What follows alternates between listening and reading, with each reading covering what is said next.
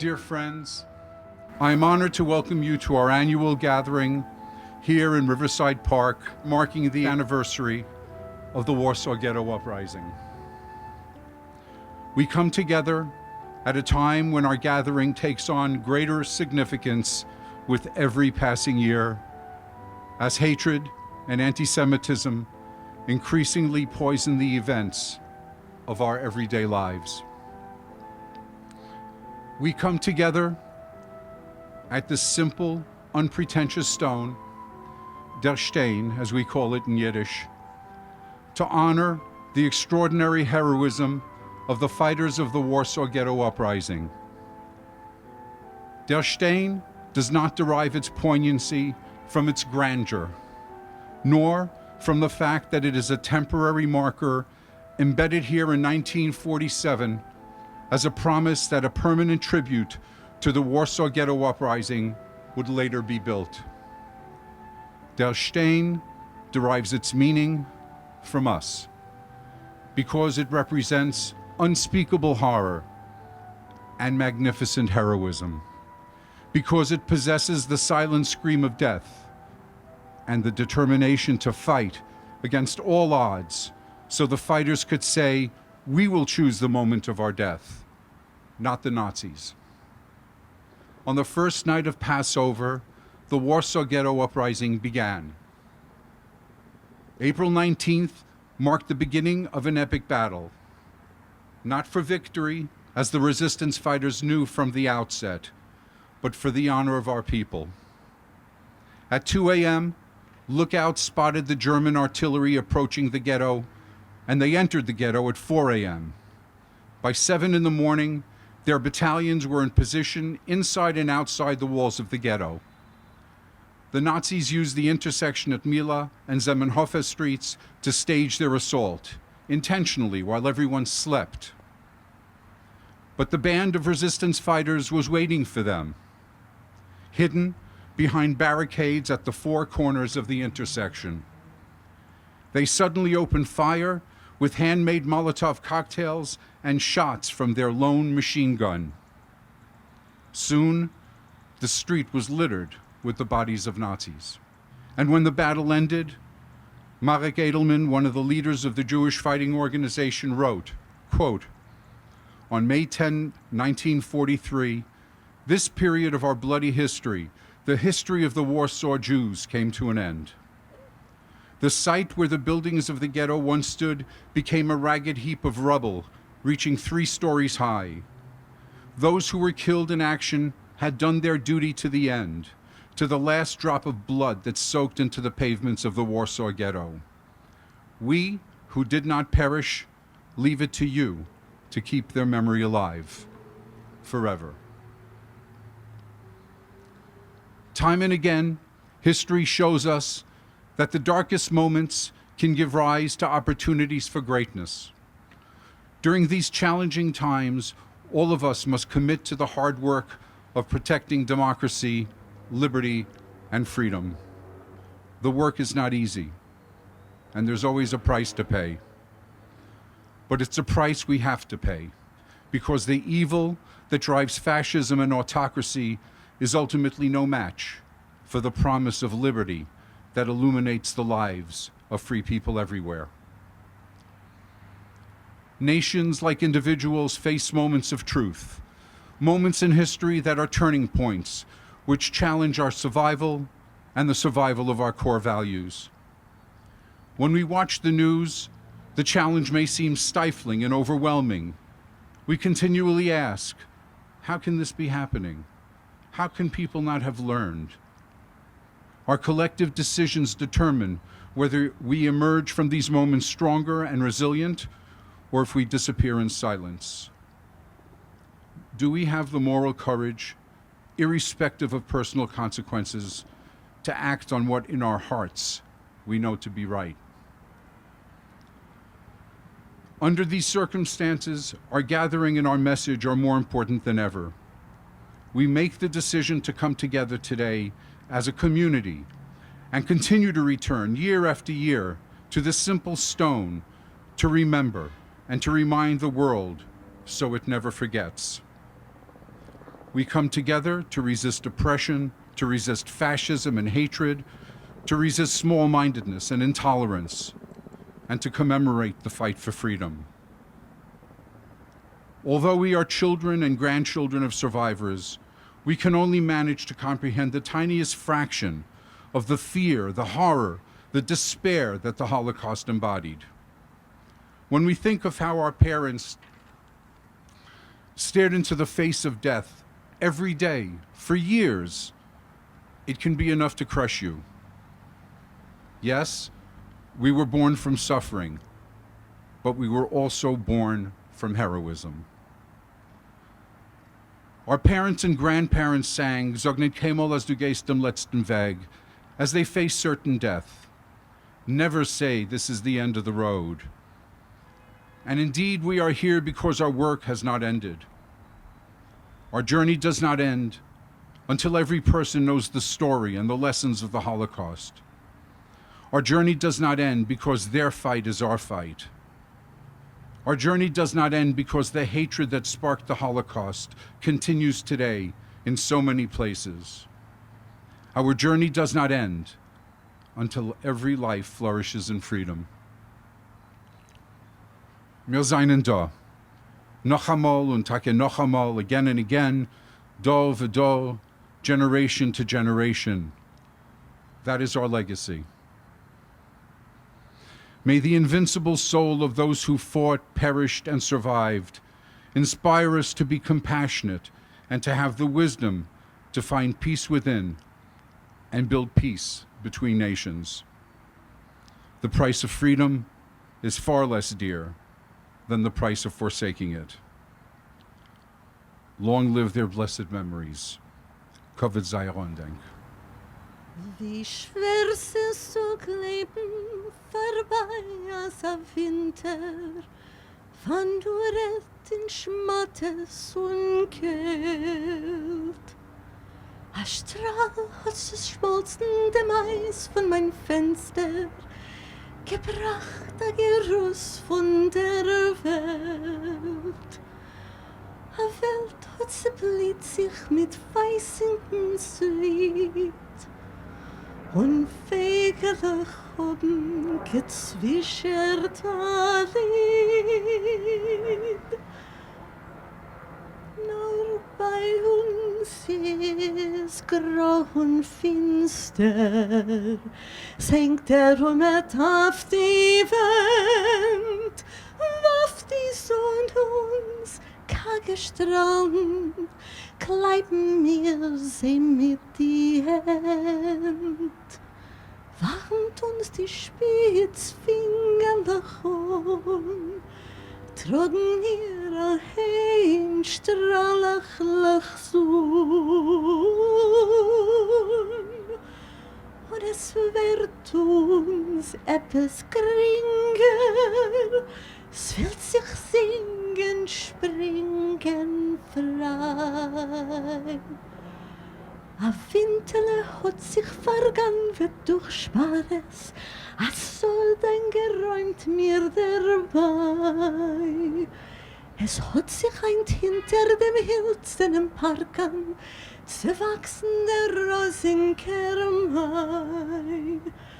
Und im Winterle sagt, als die Gräselach grün, sie schicken mir Grüßen und rufen ein.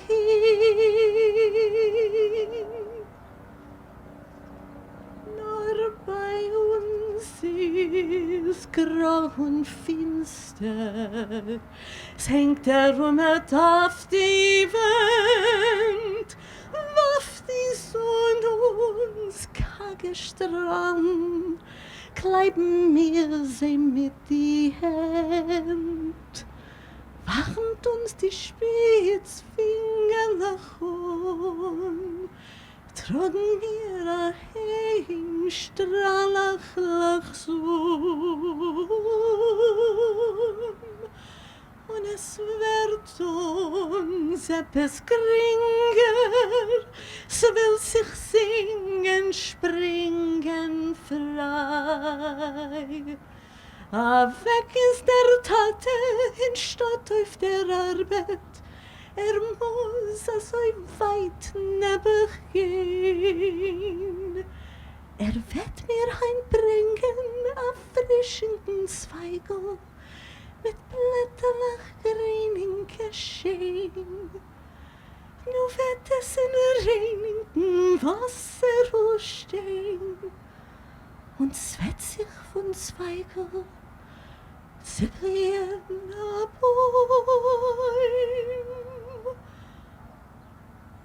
Nur bei uns ist grau und finster, es hängt der Rummet auf die Wind, wirft die Sonne uns kalt gestrahlt, kleiben wir sie mit die Hand. Warmt uns die Spitzfinger hoch, tragen mir daheim, strahlach Lachsun. Und es wird uns etwas geringer, es will sich singen, springen, frei.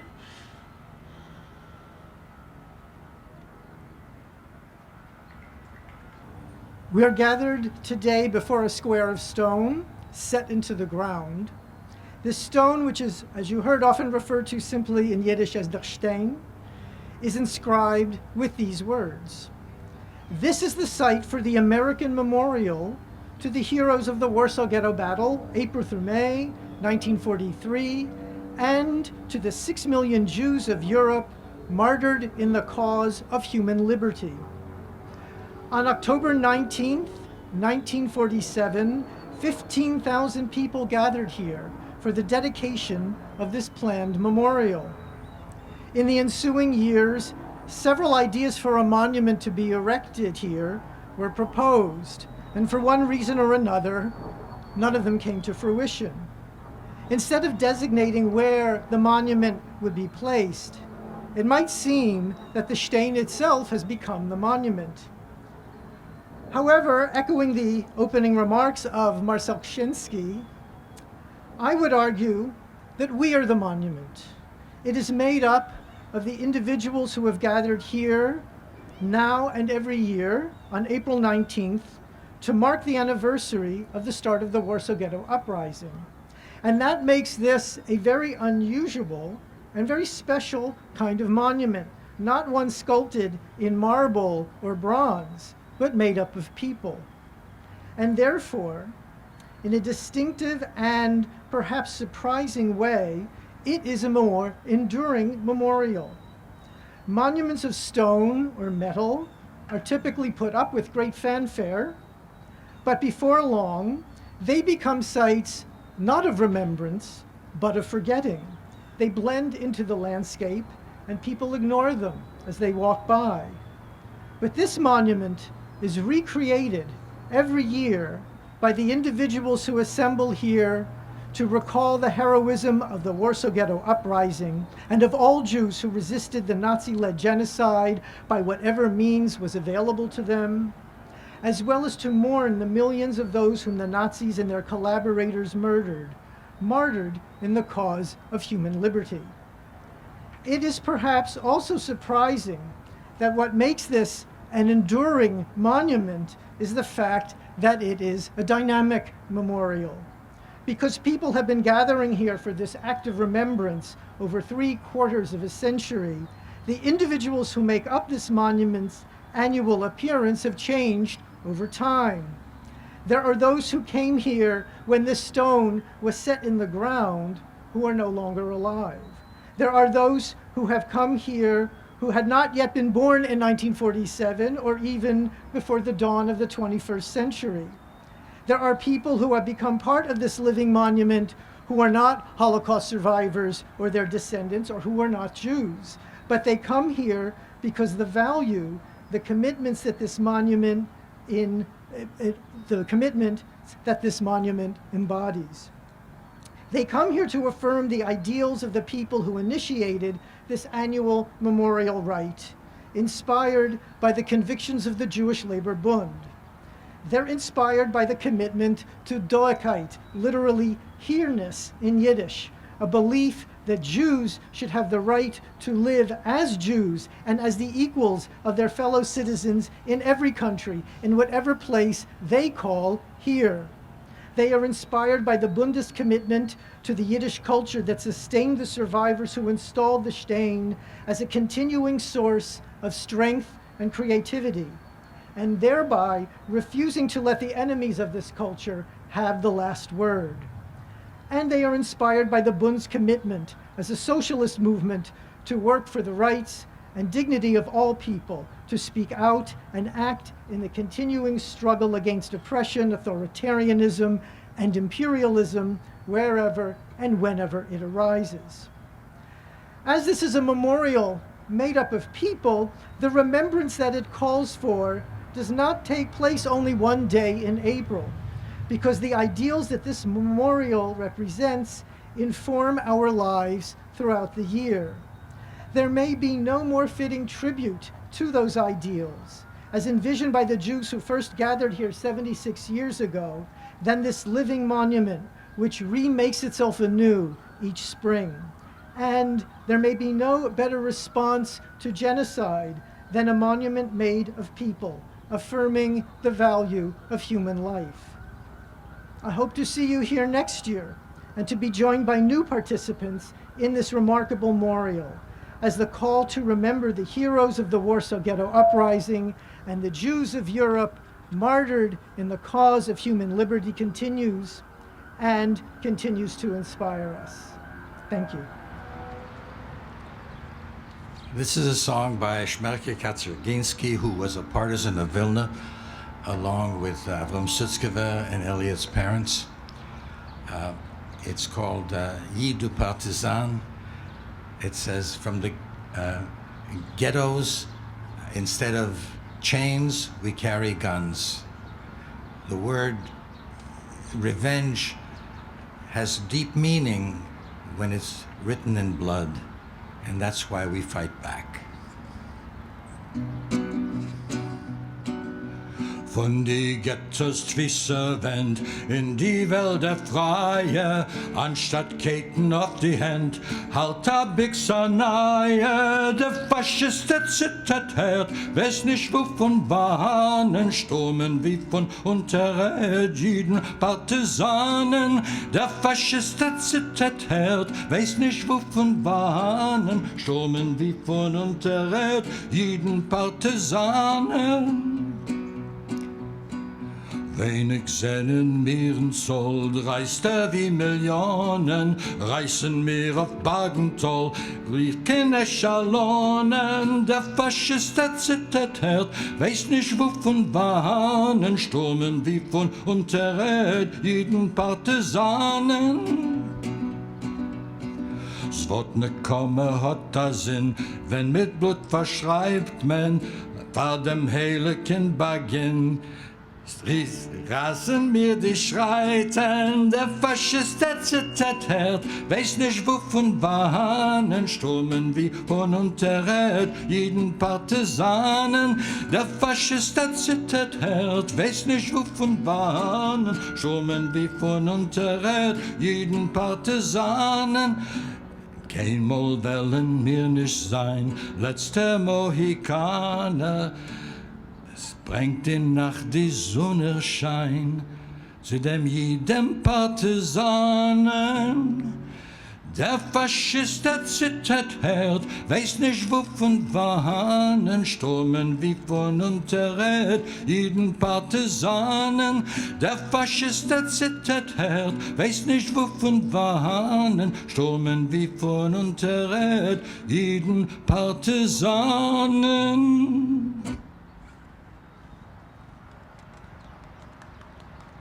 And now I'd like to ask Irena Klepfish to come up.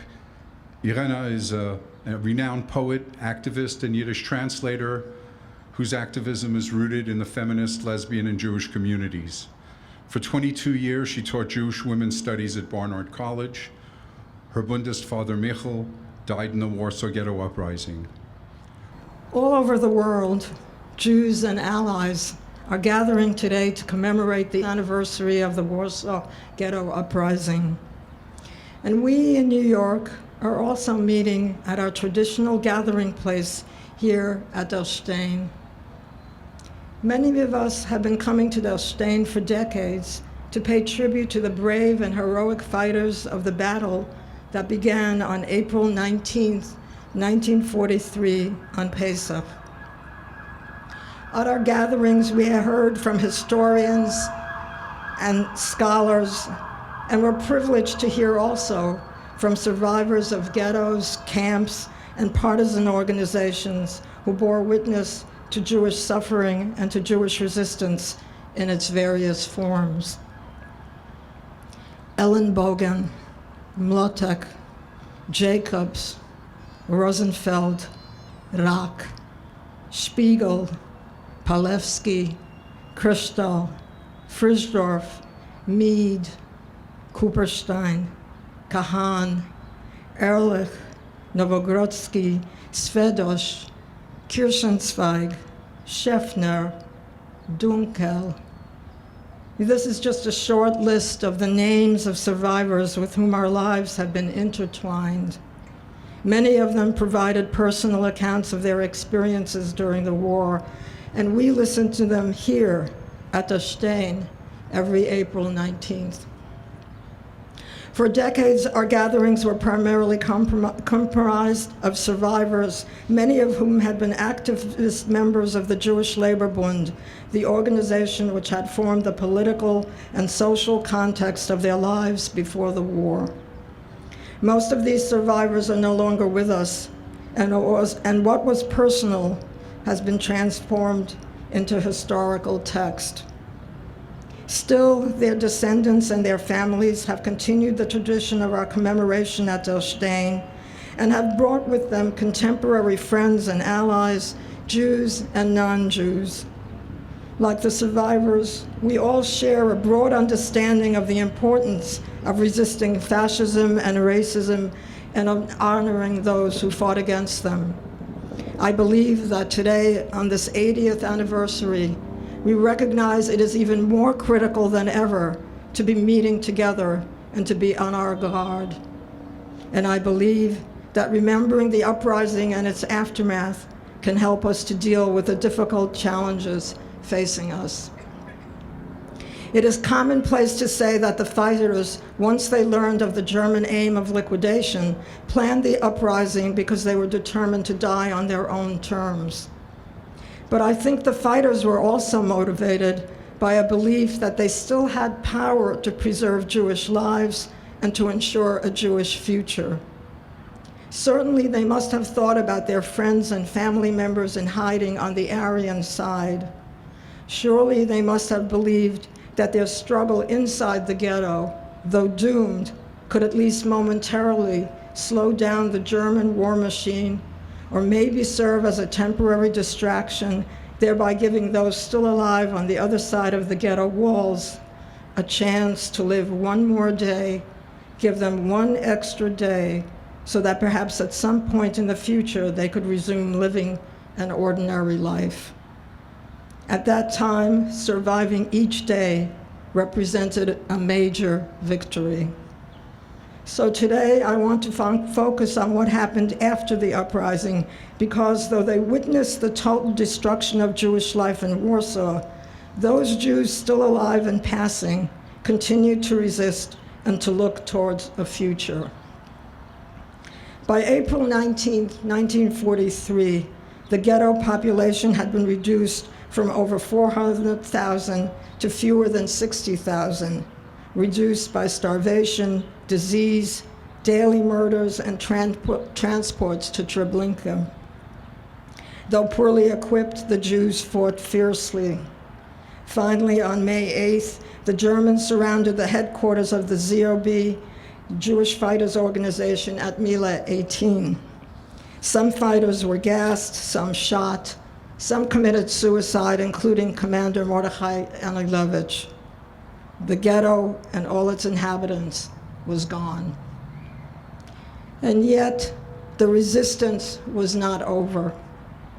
Survivors, and there were some who escaped through the sewers, became partisans or disappeared into the Polish population in Warsaw and the surrounding countryside. Władka Mead, who had worked as a Bundescourier for the GOB and had moved in and out of the ghetto, recorded how life continued after the uprising. In her memoir, On Both Sides of the Wall, she described a gathering about 5 months after the ghetto uprising. Quote, "In the autumn of 1943, a small group of us, members of the Bund and Zukunft, gathered for a symbolic celebration of the anniversary of the founding of the Bund.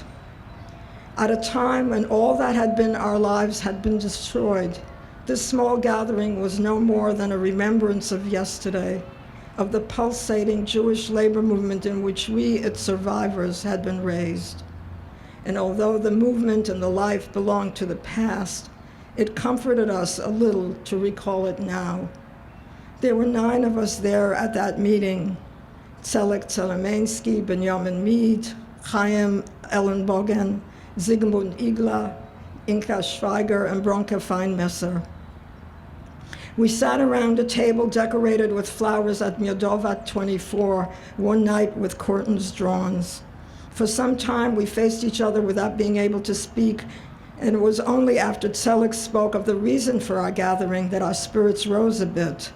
Little by little, almost in whispers, we recalled when such celebrations had been held in vast halls before huge audiences of workers with appropriate songs, music, speeches, and fluttering flags.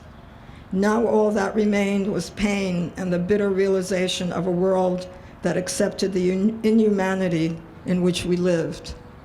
End of quote.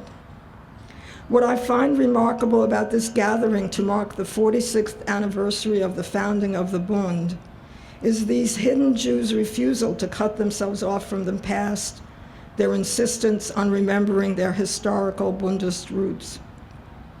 Surrounded by deadening indifference, these survivors force themselves to remember and to hold on to the ideals and passions of their earlier life. But just remembering was not enough. In his memoir, The Stars Bear Witness, Bundist activist Bernard Goldstein provided more details about these Bundists' awareness that the underground needed to continue fighting for their survival and their future. Quote, "After the ghetto had been destroyed, we faced one urgent task: organizing help for those who were left on the Aryan side, providing them with apartments, hiding places, documents, and food. Around Warsaw, hiding in the woods and in the open countryside, were possibly 20,000 uprooted, homeless wanderers. We estimated that the Bund alone was helping about 3,000 of them. Until the outbreak of the Polish uprising, the organized help of all Jewish groups and organizations had reached about 8,000 or 9,000. End of quote. Clearly, there was work to be done, and so towards the end of 1943, Bernard reported that they were able to set up headquarters in a 6-room apartment where they kept all their documents. Bernard also described the impact on the morale by any contact with the outside world, especially with American Jews. Quote, "I remember the great joy in July 1944 when the Polish government forwarded to us a microfilm which contained articles from Unsere Zeit, the New York Bund magazine. Our joy was boundless. The microfilm was a direct, almost personal greeting from our comrades in America. We felt bound to them across the years of blood and suffering which divided us. Using a photographic enlarger, we transcribed all the documents, duplicated them on our machine, and distributed them among the comrades in hiding places. This contact with America did much to raise our morale.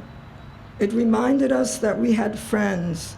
It gave us the feeling that if this wonderful miracle of communication could be accomplished, all was not yet lost. End of quote.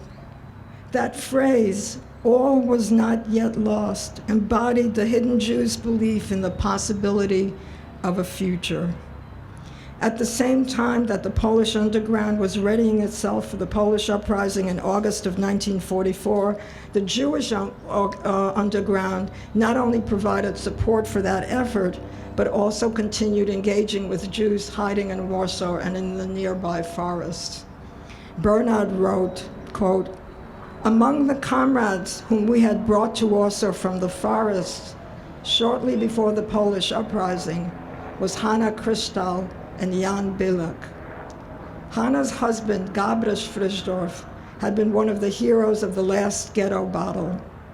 He had been killed in a gun battle in the Vyshkov forest a few months before the Polish uprising. Hanna was a slight 22-year-old girl. She was at this time in her 9th month of pregnancy." End of quote. Bernard then described how shortly after he brought her to Warsaw, Hanna, a survivor of the ghetto uprising, was caught by the Germans. 9 months pregnant, she still managed to escape, but then went into labor. Bernard eventually found Hanna a hiding place with other Jews, a cellar where, in earshot of the fighting outside, she gave birth to a baby boy, Gabrish, named after his father.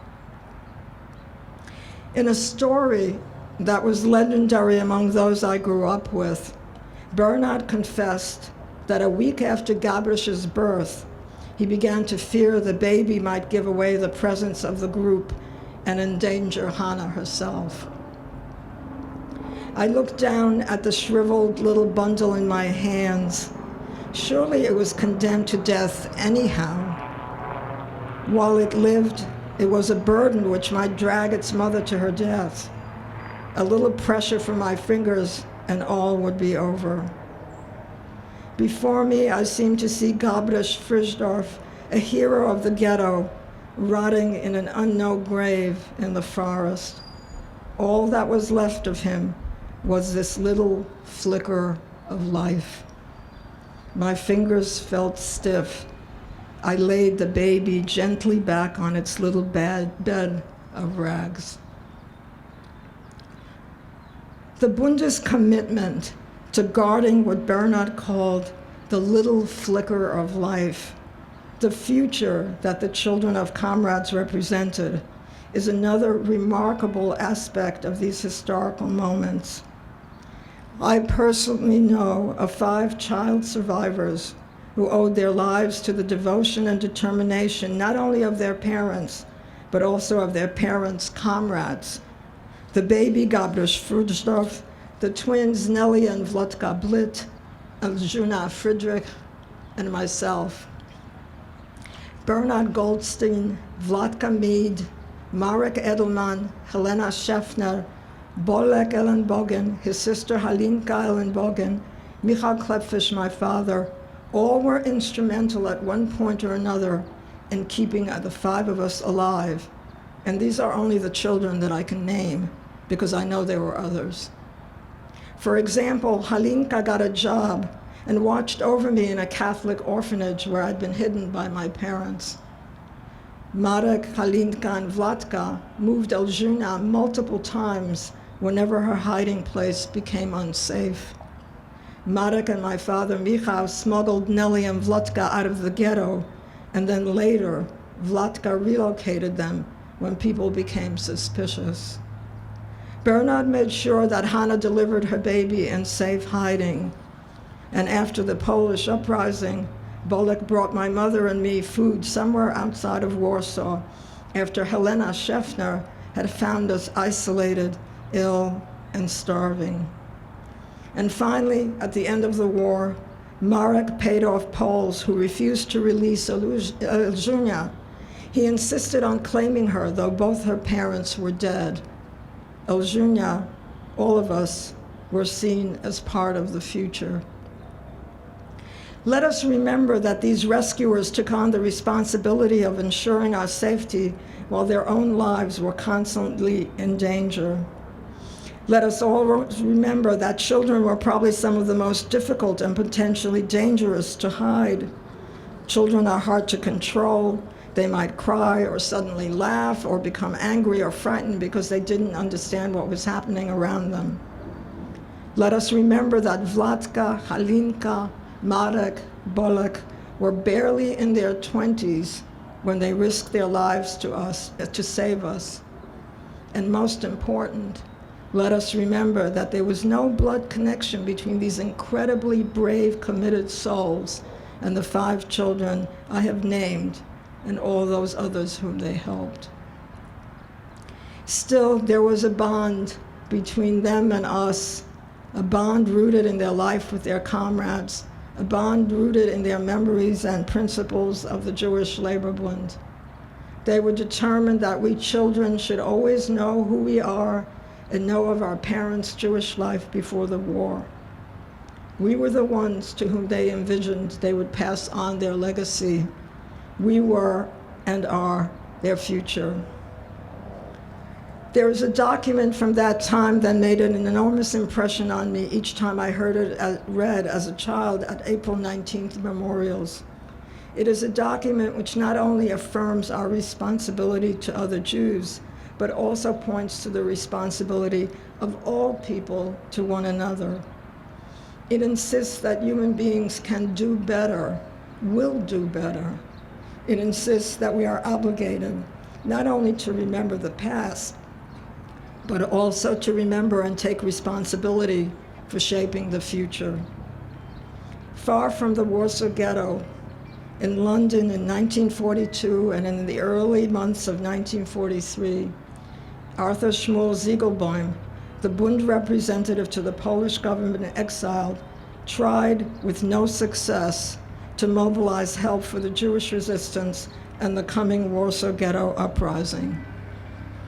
After he learned about the fierce battles and then about the ghetto's liquidations, Arthur Ziegelbaum committed suicide in protest on May 12, 1943, and left behind a letter addressed to the Polish leaders. Though painfully aware of the silent indifference of the Poles and the world, Ziegelbaum still looked toward the future and envisioned the possibility of a different world. Let me read a portion from that remarkable letter. I cannot continue to live and to be silent while the remnants of Polish Jewry, whose representatives I am, are being murdered. My comrades in the Warsaw Ghetto fell with arms in their hands in the last heroic battle. I was not permitted to fall like them, together with them, but I belong with them to their mass grave. My life belongs to the Jewish people of Poland, and therefore I hand it over to them now. I yearn that the remnant that has remained of the millions of Polish Jews may live to see liberation together with the Polish masses, and that it shall be permitted to breathe freely in Poland and in a world of freedom and socialistic justice in compensation for the inhuman suffering and torture inflicted on them. And I believe that such a Poland will arise and such a world will come about. I take leave of you with greetings and from everybody and from everything that was dear to me and that I loved. End of quote. It's more common, perhaps easier to remember unspeakable circumstances than to think about the energy, determination, and mundane gestures needed for daily survival. History can overwhelm us with its horrors. But a closer examination of the daily heroism of those who kept on believing and fighting for our future should inspire us today as we face the very real threats of fascism in this country and around the world. Today, on this anniversary, let us remember and pay tribute to all those who resisted before, during, and after the Warsaw Ghetto Uprising. Honor to their memory. Kavod Zer Ondenk.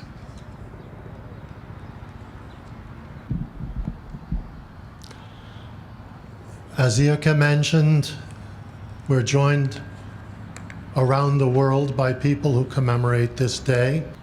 From Zygmunt Stępiński, director of Polin, the Museum of the History of Polish Jews, on behalf of the Polin Museum, my gratitude to those who remember together with us the 80th anniversary of the largest Jewish uprising in Nazi-occupied Europe.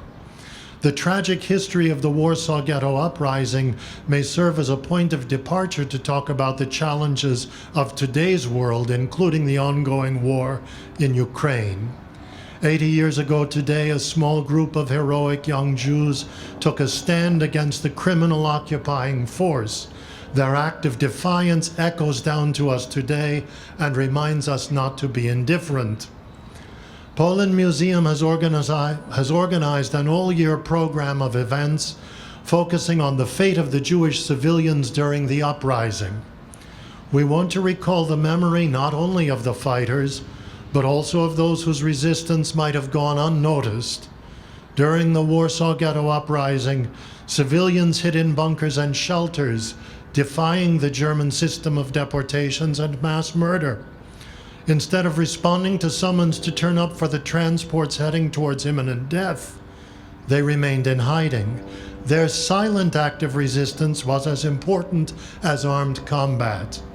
That is why we take a moment to pay tribute to those who resisted the Nazi perpetrators in every fashion. We shall remain committed to keeping their memory alive for future generations. From Open Republic, Association Against Anti-Semitism and Xenophobia, Warsaw, April 19th, 2023. In keeping with the legacy of Marek Edelman, we always gather on April 19th at noon because we remember. We remember what happened. We remember those who fought. We remember those who died.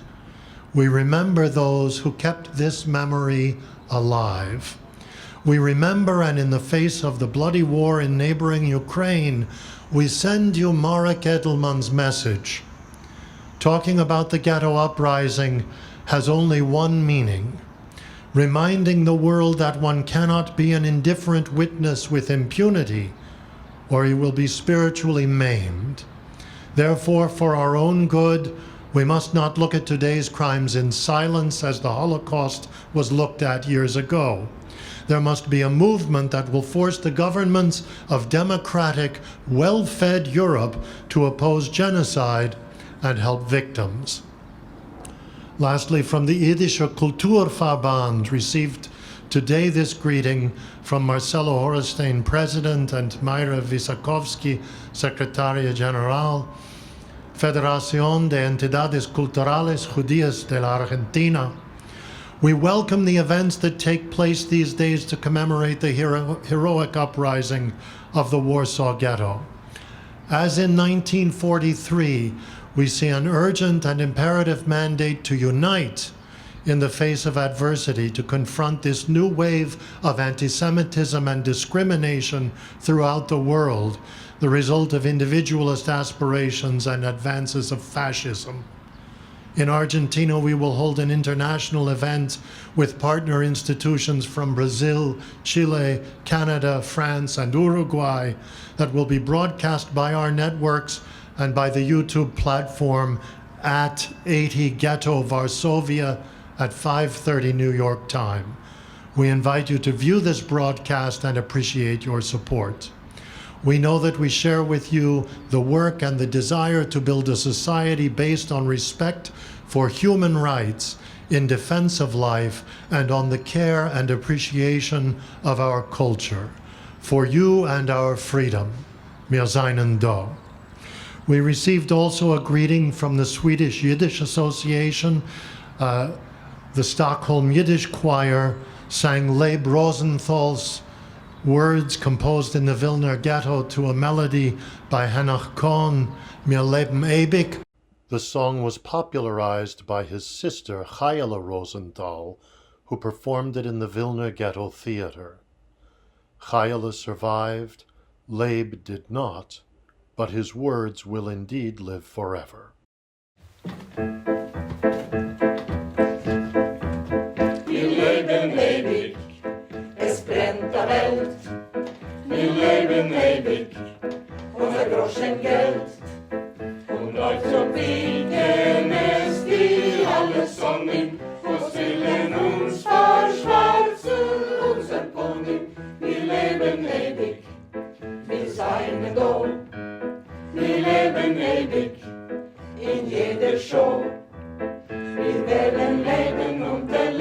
schlechte Zeiten überleben. Wir leben ewig, wir seien da. Wir leben ewig, es brennt der Welt. Wir leben ewig, ohne Groschengeld. Und 19 pieken es die alle Sonne. So stillen uns verschwarzen unser Pony. Wir leben ewig, wir seien da. Wir leben ewig, in jeder Show. Wir werden leben und erleben, schlechte Zeiten überleben. Wir leben ewig, wir seien da.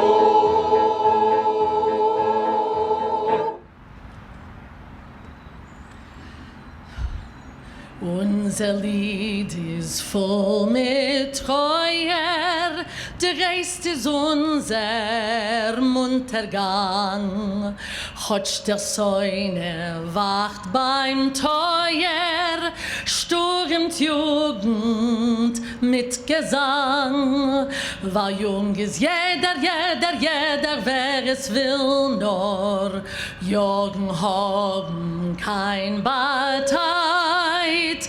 Alte kennen euch sein Kinder von einer neuen freie Zeit. Wer es wogelt auf Wegen, wer mit Dreiskeit stellt sein Fuß, bringt die Jugend sie entgegen von dem Ghetto a Geruss. Weil jung ist jeder, wer es will, nur Jugend haben kein Bartheit. Alte kennen euch sein Kinder von einer neuen freie Zeit. Wir gedenken alles von ihm, mir der Monnen alle Freund. Ewig wollen wir verbinden unser Nächten mitten heint. Weil jung ist jeder, wer es will, nur Jugend haben kein Bartheit. Alte kennen euch sein Kinder von einer neuen freie Zeit. Weil jung ist jeder, wer es will, nur Jugend haben kein Bartheit. Alte kennen euch sein Kinder von einer neuen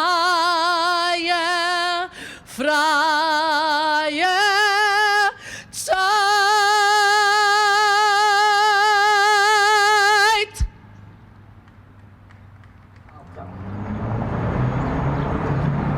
When the war broke out on September 1st, 1939, like tens of thousands of others, Bale and Buch fled east and eventually found themselves under the Soviet occupation of eastern Poland. They had been there a short time, and the plan was that Bale would return to Warsaw and bring the rest of the family to the Soviet zone. He became involved in Bund underground activities in Warsaw and didn't return.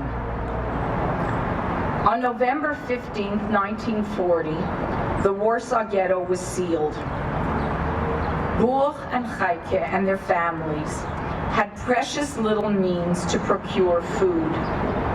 Soup kitchens were organized by the various political groups. Jews were allotted less than 200 calories a day. Gielmeijer had gemist verkaufen, als was het gehad hebben erwählt. Achitz Bales Fiedel. Early in 1941, Buch was seized for slave labor and was sent to a camp in Galvaline known as the Inferno of Galvaline. For a 10-hour shift, he received a bowl of soup and 200 grams of bread. They were draining swamps. Their clothes never dried, and they were physically tormented by the Ukrainian guards. Buch got very sick. After nearly 4 months in the camp, he returned to the ghetto more dead than alive.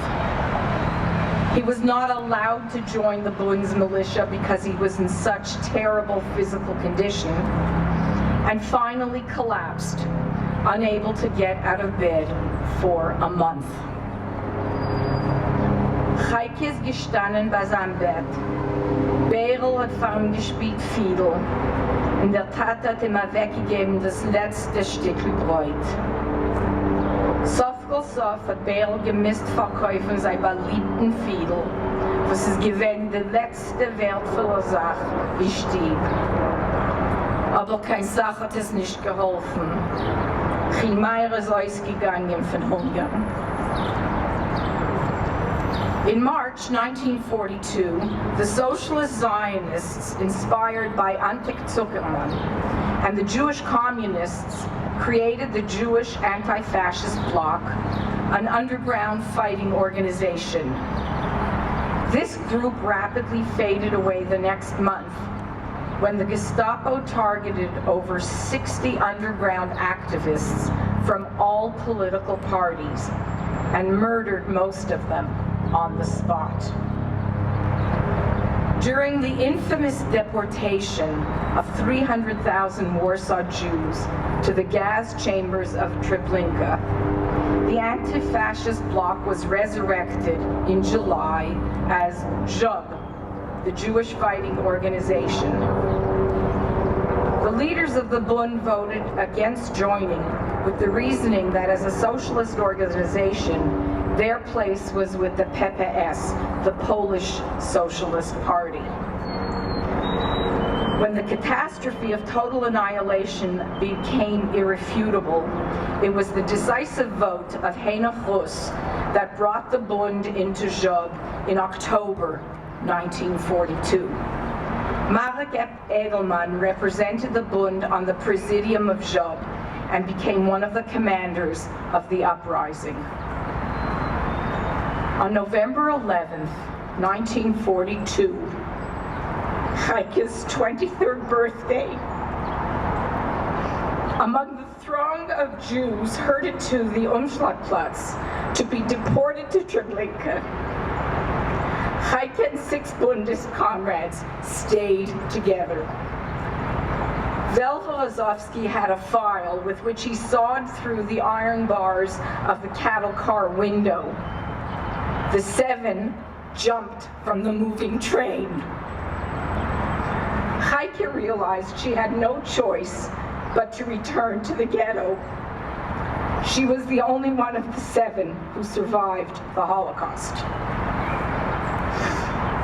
Fighting units were being organized. Initially, women were not permitted to join the Bund fighting units. After great protest, a compromise was reached. Each unit would be made up of 5, 4 men and 1 woman.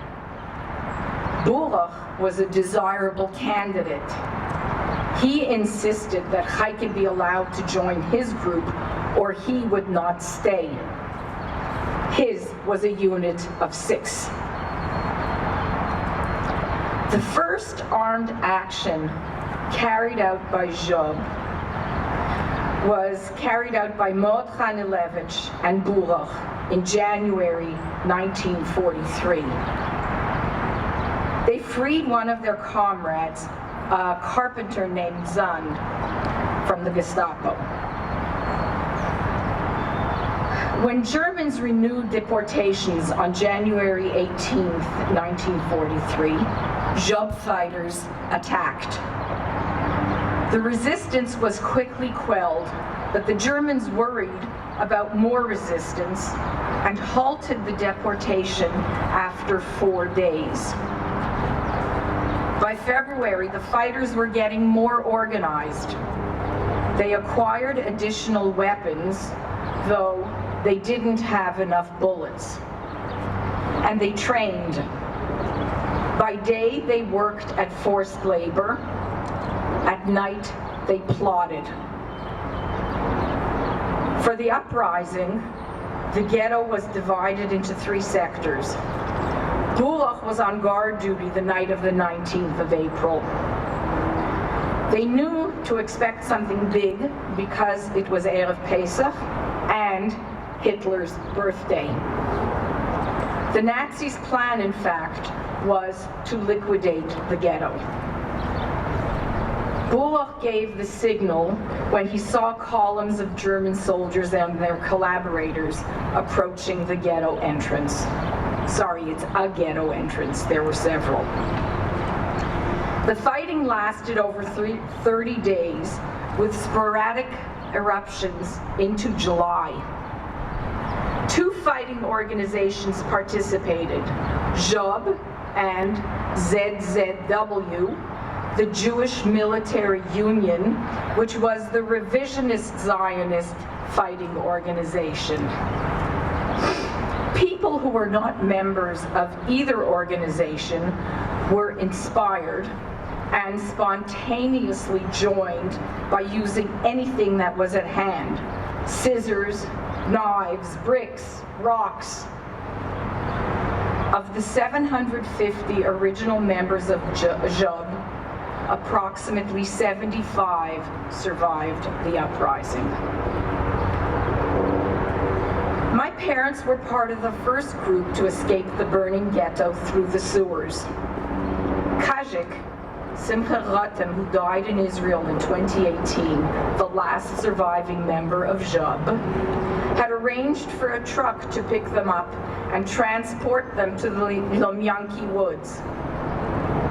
There they formed a partisan group named after Mordechai Ananovich. But the woods were too sparse and too close to the city, so they were soon transported to the dense Vishkov forest. Masha Gleitman and Jakubek Puttermilch and Gabrish and Chana Frischdorf were among the partisans. Heike had to return to Warsaw for medical reasons. Bulach joined her there, and they and others lived in hiding with a heroic Polish family, the Peras, until the Polish uprising of August 1944. They heeded the Bund's call to report to fight again. Bulach and Heike left their hiding place and tried to join a Polish fighting group from the home army, the AK. The leader was dismayed to see Jewish survivors and raised his pistol to shoot them. A member of his platoon raised his own machine gun and threatened to shoot the leader and the entire platoon if he dared to touch one hair on their heads. They fled and joined a unit of the AL, the communist fighting organization.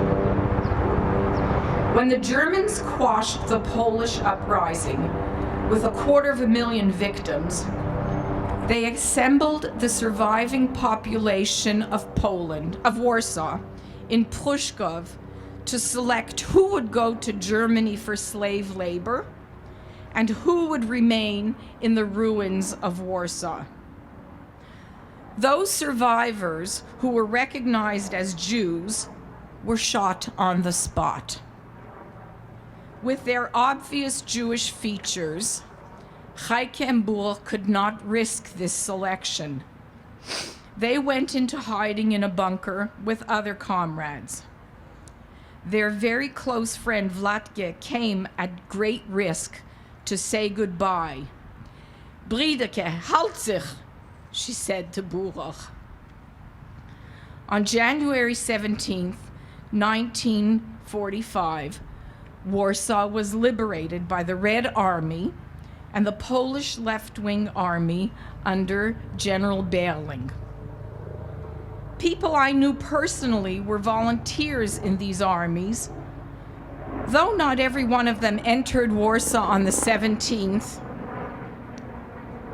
their heroism must be mentioned. Michal Baron, who helped liberate Majdanek, Aaron Feino, Jascha Starker, Nachum Muscatel, Leon Schwartz, Avremel Khan, Jakob Neiman, and his brother Fischl, whom I didn't know because he was murdered by Poles in Lodz after the war. Warsaw was liberated, but Heike and Burach and the others in the bunker didn't know. Bernhard Goldstein, the Bund Special Ops chief, came to dig them out, dead or alive. They heard noises and dug themselves deeper in. After a week, one night, Leonia Falk, who was in the bunker with her 13-year-old son, went out to forage for food.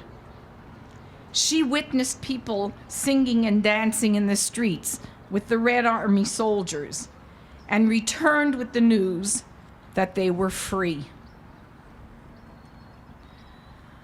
Burach hat nicht aufgerät wegen seiner Überlebenden mit mir und nicht mit meinem Bruder Chiel. Weil mein Mann ist ein Historiker und es geht bekannt mit den Brüten von dem Leben in Warschau und in Ghetto, hat Burach mit ihm geredet. Aber auf eine bescheidene Mäufen, nicht wegen seiner eigenen heldischen Auftieren. Heike hat geredet in der Öffentlichkeit, aber weinig wegen sich allein. Sie hat übergegeben die Fakten, man soll sie dermannen in der Geschichte. Aber ein Fakt kennen wir nur von den Geschichtebüchern.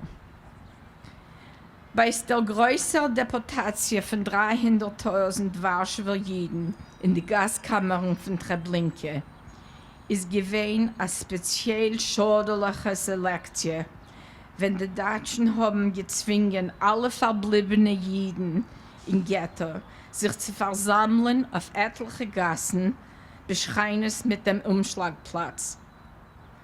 Dort haben die Deutschen bestimmt, wer geht gleich in die Gaskammern und wer bleibt derweil auf Sklavenarbeit im Ghetto. Die Selektion ist treurig berühmt wie der Kessel. Leben Burchen ist gegangen eine Frau mit einem kleinen Jüngel.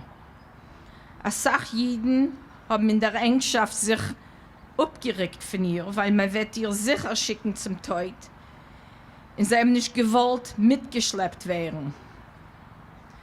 Burach hat gehabt das Kind hinter seinem Mantel und ihm ziegefestigt zu sich mit seinem Passig.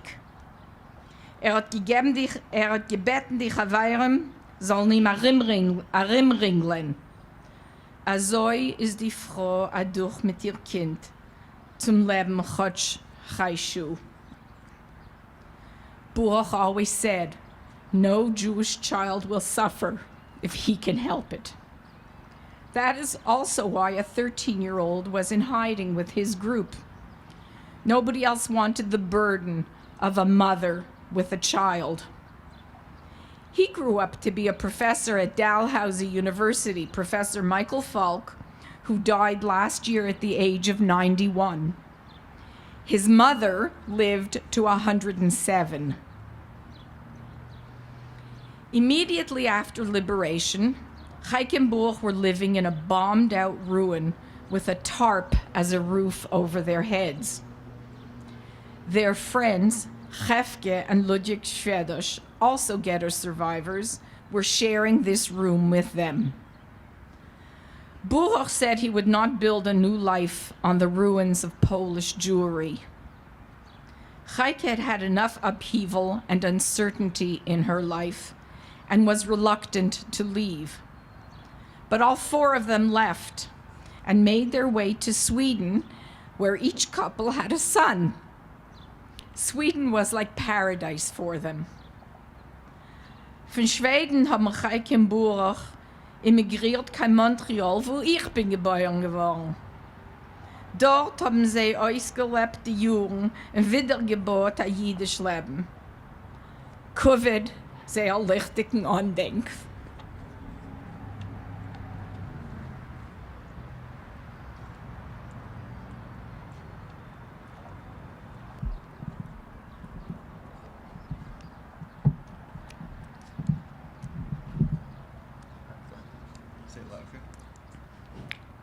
From tomorrow on, written by 8-year-old Motla in the Warsaw Ghetto, translated by Dr. Marie Sirkin. From tomorrow on, I shall be sad. From tomorrow on, today I shall be gay. What is the use of sadness? Tell me that. Because the evil winds begin to blow. Why should I grieve today for tomorrow? Tomorrow may be so good, so sunny. Tomorrow the sun may shine for us again. Tomorrow we may no longer need to be sad. From tomorrow on I shall be sad. From tomorrow on, not today. Today I shall be glad. And every day, no matter how bitter it be, I say, from tomorrow on I shall be sad, not today. Von morgen on werde ich unbedingt sein. Von morgen, heint nein, will ich nicht. Heint will ich fröhlich sein. Und so jeden Tag will ich sagen, wie bitte soll nicht sein. Heint will ich unbedingt und so von morgen an will ich unbedingt sein. Heint nein.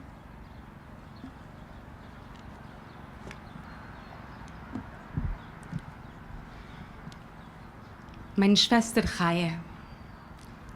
My sister Chaya, with the green eyes and the long brown braids.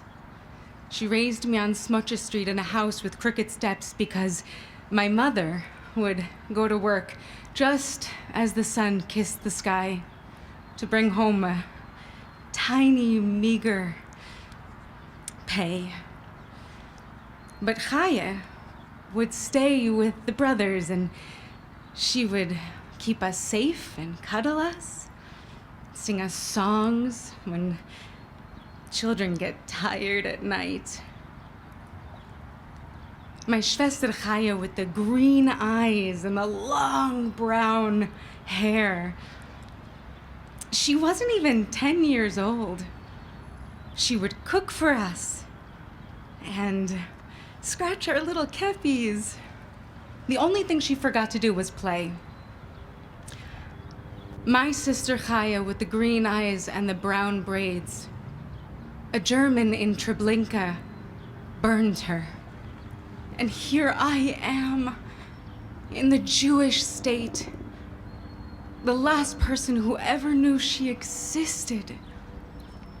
And so it is for her that I write my songs in Yiddish. Because somewhere up there, maybe she's listening. Mein Schwester Chaya mit die grüne Augen. Mein Schwester Chaya mit die schwarze Zepp. Die Schwester Chaya, was hat mich der Zeugen neu Smutcha Gas in Häus mit krumme Trepp. Die Mame ist weg von Stub beginnen, wenn auf den Himmel hat kaum gehält. Sie sah weg rein in Krumm, verdienen dus, biedne drobne Groschen dicke Geld. Und Chaie ist geblieben mit den Brüdern, und sie hat sie gekornet und gehielt. Und sie fleck singen sie die schönen Lieder, für Nacht, wenn kleine Kinder mir. Mein Schwester Chaie mit die grüne Augen, mein Schwester Chaie mit die lange Haare. Die Schwester Chaie, was hat mir der Zeugnis noch nicht alt gewesen, kein 10 Jahr. Sie hat geräumt, gekocht, der langt das Essen. Sie hat gezwungen uns die kleine Käpp. Noch spielen sich mit uns, hat sie vergessen, die Schwester Chaie mit die schwarze Zepp. Mein Schwester Chaie mit die Augen grüne, hat Deutsch hat in Treblinke sie verbrennt. Und ich bin in der jüdische Medine, der Sommerletzte, was hat sie gekannt. Für ihr schreib ich auf Jiddisch meine Lieder in Tag die schreckliche von unserer Zeit. Bei Gott allein ist ja Bass, Jechide in Himmel sitzt sie Bass an rechter Seite. Für ihr schreib ich auf Jiddisch meine Lieder in Tag die schreckliche von unserer Zeit. Bei Gott allein ist ja Bass, Jechide in Himmel sitzt sie Bass an rechter Seite. Oh, oh, oh.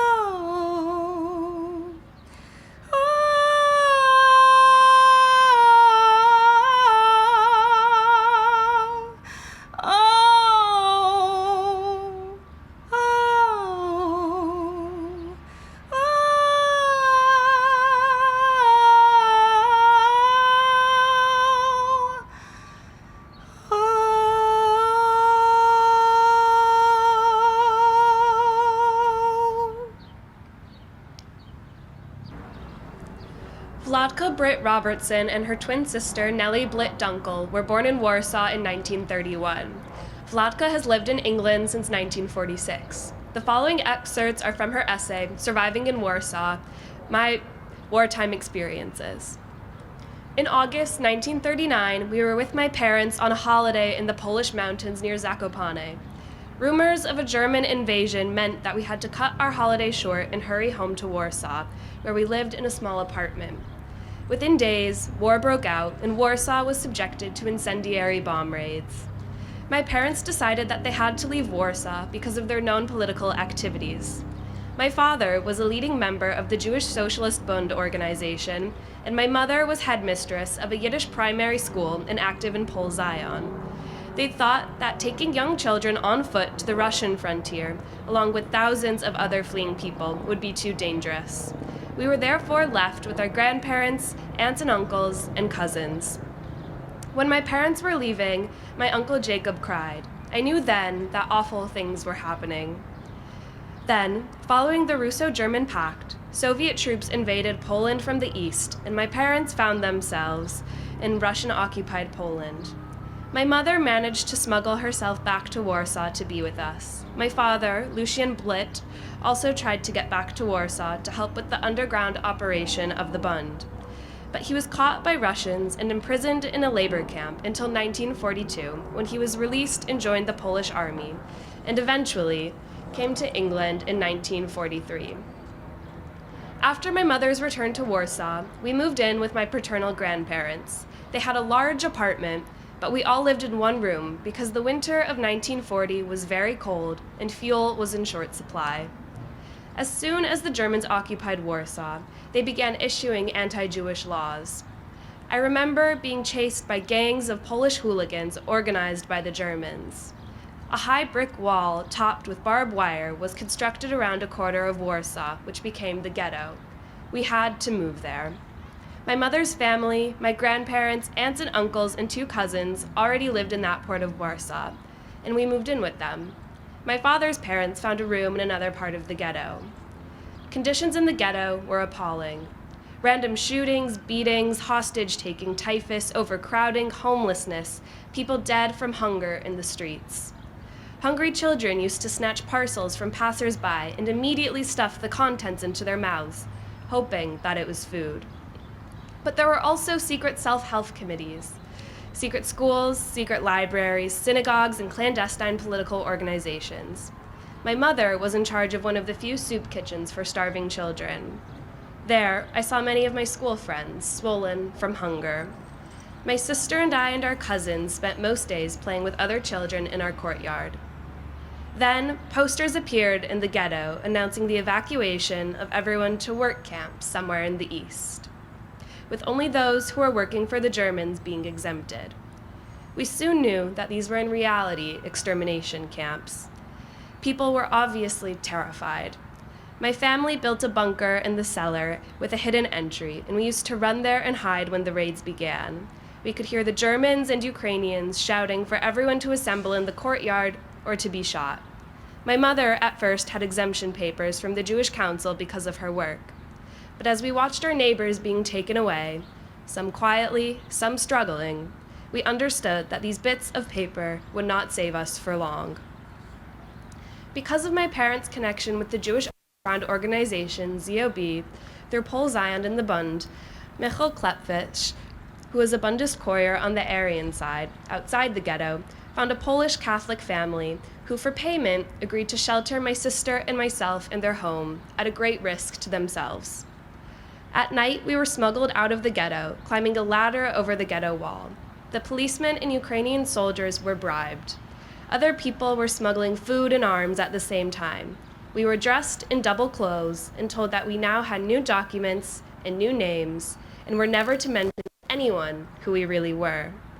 The decision that we should leave the ghetto was taken so quickly that I cannot remember saying goodbye properly to my family. The Polish family Dubiel were kind to us and very devoted to Michal Klepfich, whom they knew before the war. From the window of our apartment, we could see over the ghetto wall, and often our mother would come in the evenings and walk discreetly on the other side of the wall. For a short time, Michal Klepfich shared the same apartment and talked to us about his smuggling of arms into the ghetto and making incendiary bottles for the Jewish underground. 5 weeks after we escaped, during the Passover and Easter holidays of 1943, German and Ukrainian troops surrounded the ghetto and entered supported by tanks. They started systematically setting fire to buildings with petrol and flares. I saw people shot while trying to escape with their clothes burning. Everyone outside the ghetto knew of the armed Jewish resistance, which was maintained for 4 weeks. Michal Klepfich fought in the ghetto and died there. The Dubiels became afraid to keep 2 Jewish-looking children, and I was taken by Vlatka Mead, another Bundist courier, to a railwayman's family outside of Warsaw. When that did not work out, because of the hostility of their daughter, I went to Warsaw to a caretaker's family called Serafin. I was excited when the Polish Warsaw Uprising began in September 1944, but knew that it was still very dangerous to be recognized as a Jew. The Germans were obviously on the run now, and we could hear the Russian artillery getting nearer. However, the uprising was put down after heavy bombing, and the Germans evacuated Warsaw of all its remaining inhabitants. The Serafins and I were put on a train, but managed to jump off when it slowed down and went to a village where they had distant relatives. There, we were sheltered by very poor and hungry peasants who lived without electricity or running water. By chance, Vlatka, who had also escaped from Warsaw, met the Serafins in the small market town near my village. She could not offer money because the contact with the underground was now broken. I hoped that she would come and collect me when the war ended. When the Russian soldiers finally arrived, I thought I was the only Jew left in Poland apart from Władka. For some weeks, no one came, and I felt completely helpless. The Serafin family and I eventually set out that winter to walk back to the ruins of Warsaw. My only footwear was a pair of torn sandals. We found a habitable room, but without proper shoes, I could not go out. At the same time, my sister Nellie came back to Warsaw from another village. So I was reunited with my sister, and later, miraculously, with my two young cousins. I did not know that they had escaped from the ghetto through the sewers just a few days before the liquidation of the ghetto. In 1946, aged 14, my sister and I came to London to join our father. It felt strange to meet him again after those terrible 6 years. Strangely, we hardly talked about what happened. The rest of my family, whom we left behind in the ghetto, were all murdered. Sag nicht einmal, als du gehst den letzten Weg. Gott im den Beinen verstellen, bloße Tag.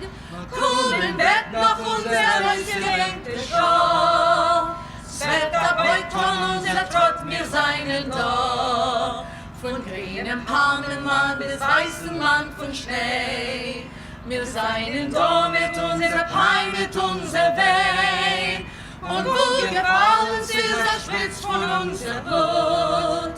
Sprotzen wird doch unser Glorie, unser Mut. Es wird die Morgensonne begilden uns dem Heind. Und der Nächten wird verschwinden mit dem Feind. Nur euch versammeln wird die Sonne in dem Kajor. Wie a Parol soll gehen das Lied von Dorf zu Dorf. Geschrieben ist das Lied mit Blut und nicht mit Blei. Es ist nicht kein Liedl von einer Vögel läuft frei. Das hat der Volk zwischen Ball und dick gewähnt. Das Lied gesungen mit Naganes in die Hand. To sag nicht keinmal, als du gehst dem letzten Weg. Gott schimmeln Bleien, verstellen neue Tag. Komm im Bett noch unser ausgedenkte Schau. Es wird erbeugt an unser Trott, wir seinen da. Komm im Bett noch unser ausgedenkte Schau. Es wird erbeugt an unser Trott, wir seinen da. Brüder und Schwester von Arbeit und Neut, alle, was seinen zu seht und zu spreit, zusammen, zusammen, die von ist greit. Sie flattert von Sorgen, von Blut ist sie reut. A schwur auf Leben und Teut. Himmel und Erd, Welt und Seufern, Eides wird sein, die lichtige Stern, a Schwur von Blut, a Schwur von Tränen, wir schweren, wir schweren, wir schweren. Wir schweren a Freiheit und Grenzen zum Bund, nur wird nicht schlafen, befreien als sind. Die von die heute ist euch in Gleit, sie flattert von Sorgen, von Blut ist sie reut. A schwur auf Leben und Teut.